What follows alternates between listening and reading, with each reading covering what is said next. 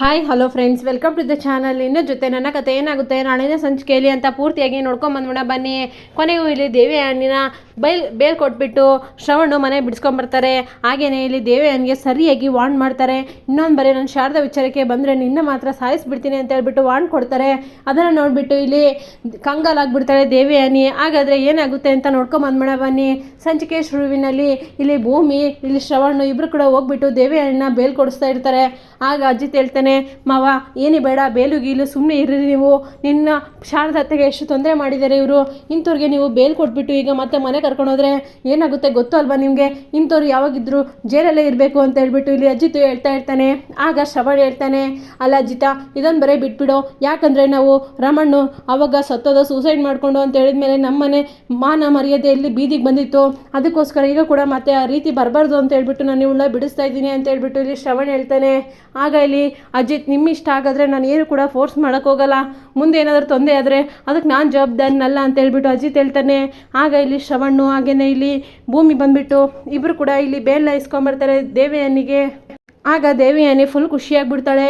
ಶ್ರವಣ, ನೀನು ಈ ರೀತಿ ಬರ್ತೀಯಾ, ಬೇರೆ ಕೊಡ್ತೀಯಾ ಅಂತ ಹೇಳ್ಬಿಟ್ಟು ತುಂಬಾ ಕಾಯ್ತಾ ಇದ್ದೆ ಶ್ರವಣ, ಹೆಂಗೋ ನೀನು ಮಾತ್ರ ನನ್ನ ಬಿಟ್ಕೊಡ್ಲಿಲ್ಲವಲ್ಲ ಬಾವ ಅಂತ ಹೇಳ್ಬಿಟ್ಟು ಇಲ್ಲಿ ದೇವಯಾನಿ ಹೇಳ್ತಾ ಇರ್ತಾಳೆ. ಆಗ ಇಲ್ಲಿ ಎಲ್ಲರೂ ಕೂಡ ಮನೆಗೆ ಬರ್ತಾರೆ. ಬಂದಮೇಲೆ ಇಲ್ಲಿ ಅಜಿತ್ತು ಹಾಗೆಯೇ ಎಲ್ಲರೂ ಕೂಡ ಅಲ್ಲೇ ಪೊಲೀಸ್ ಸ್ಟೇಷನಲ್ಲಿ ಇರ್ತಾರೆ. ಇಲ್ಲಿ ಶ್ರವಣ್ಣು ದೇವಯಾನಿ ಭೂಮಿ ಎಲ್ಲರೂ ಬಂದಮೇಲೆ ಇಲ್ಲಿ ಮನೆಯವರೆಲ್ಲರೂ ಕೂಡ ನೋಡಿಬಿಟ್ಟು ದೇವಯಾನಿನ ತುಂಬಾ ಖುಷಿ ಪಡ್ತಾರೆ. ಆಗ ಶ್ರವಣ್ ಹೇಳ್ತಾನೆ, ವಾರ್ನ್ ಮಾಡ್ತಾನೆ, ಏ ದೇವಯಾನಿ, ನೀನು ಸರಿಯಾಗಿ ನೆನ್ಪಿಟ್ಕೋ, ಆಗ ನನ್ನ ತಮ್ಮ ತಪ್ಪು ಮಾಡಿಬಿಟ್ಟು ಸೂಸೈಡ್ ಮಾಡಿಕೊಂಡು ನಮ್ಮ ಮಾನ ಮರ್ಯಾದೆ ಬೀದಿಗೆ ತಗೊಂಬಂದಿದ್ದ, ಮತ್ತು ಅದೇ ರೀತಿಯೇ ಈ ಮನೆ ಸೊಸೆ ಈ ಥರ ಕೆಟ್ಟ ಕೆಲಸ ಮಾಡಿದ್ದಾಳೆ ಅಂತ ಹೇಳಿದ್ರೆ ನಮಗೆ ಮರ್ಯಾದೆ ಇಲ್ದಂಗೆ ಆಗ್ಬಿಡುತ್ತೆ, ಅದಕ್ಕೋಸ್ಕರ ನಿನಗೆ ಹೇಳ್ತಾ ಇದ್ದೀನಿ ನಾನು.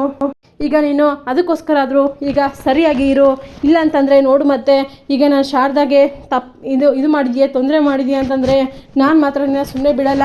ಇನ್ನು ತೊಂದರೆ ಮಾಡಿದಕ್ಕೋಸ್ಕರ ನಾನು ನನ್ನ ಶಾರದನ್ನ ಹಾಗೆ ನನ್ನ ಮಗಳನ್ನ ಇದುವರೆಗಾಯಿತು ಸಿಕ್ಕಲೇ ಇಲ್ಲ, ಈಗ ನನ್ನ ಶಾರದಾ ಸಿಕ್ಕಿದ್ದಾಳೆ, ಇಂಥ ಟೈಮಲ್ಲಿ ನೀನು ನನಗೇನಾದರೂ ನಮ್ಮ ಶಾರದಂಗೆ ಏನಾದರೂ ತೊಂದರೆ ಮಾಡೋಕ್ಕೆ ಓಡಿದ್ಯಾ ಅಂತಂದರೆ ನಾನೇನೇನ ಗಣ್ಣಿಟ್ಬಿಟ್ಟು ಮರ್ಡರ್ ಮಾಡಿಬಿಡ್ತೀನಿ ಅಂತ ಹೇಳ್ಬಿಟ್ಟು ಇಲ್ಲಿ ಹೇಳ್ತಾ ಇರ್ತಾನೆ ಶ್ರವಣ್ಣು.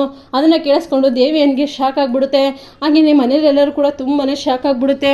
ಎಲ್ಲರೂ ಕೂಡ ಇಲ್ಲಿ ಚಿಂತೆ ಮಾಡ್ತಾ ಇರ್ತಾರೆ, ಏನಪ್ಪ ಶ್ರವಣ್ಣು ಈ ರೀತಿ ವಾರ್ನ್ ಮಾಡಿಬಿಟ್ನಲ್ಲ ಅಂತ ಹೇಳ್ಬಿಟ್ಟು ಇಲ್ಲಿ ದೇವಿಯನಿಗೆ ಅಂತ ತುಂಬಾ ಕಂಗಾಲಾಗ್ಬಿಡ್ತಾಳೆ. ಶ್ರವಣ್ಣು ಈ ರೀತಿ ಮಾತಾಡ್ತಾನೆ ಅಂತ ಅಂದ್ಕೊಂಡಿರಲಿಲ್ಲ ನಾನು ಅಂತ ಹೇಳ್ಬಿಟ್ಟು ಇಲ್ಲಿ ಹೇಳ್ತಾ ಇರ್ತಾನೆ ಶ್ರವಣ್ ಹತ್ರ ಇಲ್ಲಿ ದೇವಯಾನಿ. ಆಗ ಭೂಮಿ ಕೂಡ ಶಾಕ್ ಆಗಿ ನೋಡ್ತಾ ಅಲ್ಲೇ ನಿಂತ್ಕೊಂಡಿರ್ತಾಳೆ. ಇಲ್ಲಿ ಮನೆಯವರೆಲ್ಲರೂ ಕೂಡ ಶ್ರವಣ್ ಏನು ಹೇಳ್ತಾ ಇದೆಯಾ ಅಂತಂದರೆ, ಆಗ ಇಲ್ಲಿ ಮನೆಯವ್ರಿಗೆ ಹೇಳ್ತಾನೆ ಶ್ರವಣ್ಣು, ಇದು ನನ್ನ ಲೈಫು, ನನ್ನ ಮಗಳ ಲೈಫು, ನನ್ನ ಹೆಂಡತಿ ಲೈಫು ಎಲ್ಲರನ್ನ ಇದೇ ಅಂತ ಅಂದ್ಕೊಂಡು ನಾನು ಹೋಗಲಿ ಬಿಡು ಅಂದ್ಕೊಂಡೆ ಈ ಥರ ಮಾಡ್ಕೊಂಡಿದ್ದೀನಿ. ನಾನು ಇಷ್ಟು ದಿನ ನನ್ನ ಹೆಂಡತಿ ನನ್ನ ಮಗಳು ಸಿಗದೆ ಇರಬೇಕಾದ್ರೆ ಯಾರಾದರೂ ಹುಡ್ಕೋಕ್ಕೆ ಸಹಾಯ ಮಾಡಿದ್ರಾ? ಯಾರು ಕೂಡ ಇಲ್ಲ.